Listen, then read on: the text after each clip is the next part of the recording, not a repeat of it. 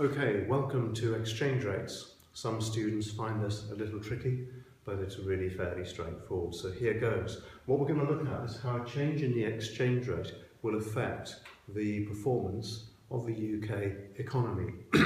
So what we're going to look at is a depreciation of the exchange rate. That's when the pound weakens and it's worth less of a foreign currency. So there's a fall in the value of the pound. An appreciation of exchange rate would simply do the opposite of what we've illustrated before. An appreciation was where, say, a pound, instead of being equal to €2, becomes equal to €3. So imagine the pound depreciates. Instead of being €2, it becomes €1. Well, say we export goods. They are going to become cheaper. Imagine we export a bottle of beer. Well, I wish I was holding one now. Instead of that beer at £1 being equal to €2, it then becomes equal to €1. Okay, so the pound weakens and our exports become cheaper. Okay. Similarly, with imports, there's a price change. If we import some nice French wine at €10, instead of being £5, okay, at 1 to 2, we can buy that lovely wine for £5 when it's €10. But if the exchange rate becomes 1 to 1, and it weakens, then our imports are going to become more expensive, and that wine becomes £10. Oh dear.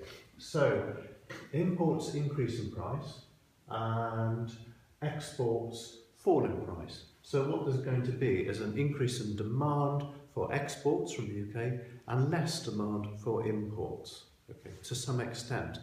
So this means that there'll be an increase in the volume of exports, okay, and there would be a fall in the volume of imports. Okay, so X minus M net exports will increase. So the balance of trade will improve, which is exports of goods and services minus the import of goods and services, and indeed that's part of the current account, which will improve. That's the current account of the balance of payments. Okay, however, two little factors. It depends on the price elasticity of demand.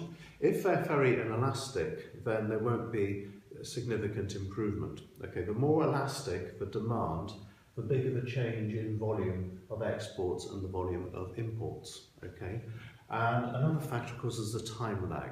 The longer the time period, the more the change in exports and imports. They won't change immediately. Okay, often because people place orders for the next few months in terms of the contract.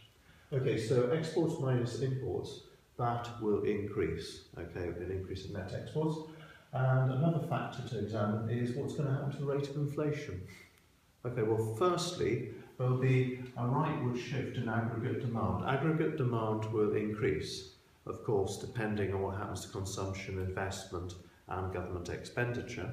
But given those are stable, aggregate demand will increase because there's an increase in exports minus imports. Okay, more exports, and therefore there could be demand pull inflation because aggregate demand will increase relative to aggregate supply, and that could cause demand pull inflation.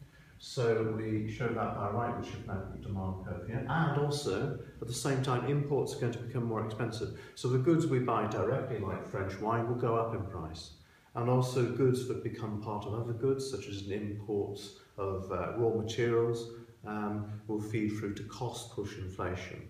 So basically we have a leftward shift in the short run aggregate supply curve, which is cost push inflation, and the two will work together to increase the price level from P1 to P2. Okay, and so there's two types of inflation will occur to some extent. That's demand pull and cost push inflation. Okay, now what's going to happen to economic growth? Well, provided the costs don't go up too much, there'll be an increase in aggregate demand, and that'll have a reflationary or an expansionary effect on the UK economy. Okay, so as long as there's some spare capacity, then it's likely that output will increase and it will have a positive effect on economic growth. But the thing to evaluate is that you do need more supply over time to meet that increase in aggregate demand. Okay. And so it could increase the rate of economic growth and increase output. And then what's going to happen to unemployment? Well, if there's more aggregate demand is likely, but given a time lag, that cyclical or demand deficient unemployment will fall because the extra demand will create jobs and factories or firms will expand.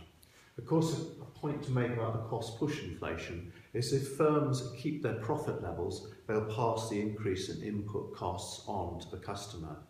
However, if they make a sacrifice and cut profit levels, then there perhaps won't be cost push inflation, and that's something to evaluate there.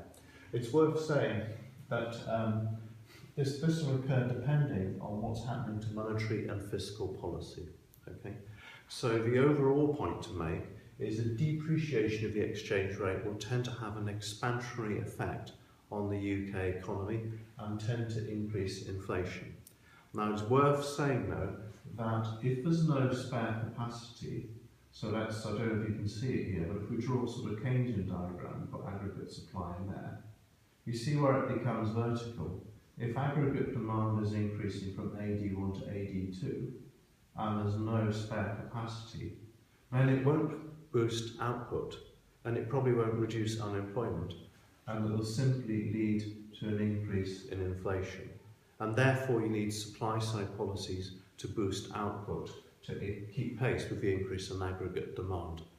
Okay. However, if there's lots of spare capacity, then if we go from AD3 to AD4 and the aggregate supply line is elastic, then indeed it will boost output and there won't be much danger of inflation occurring, either cost push or demand pull.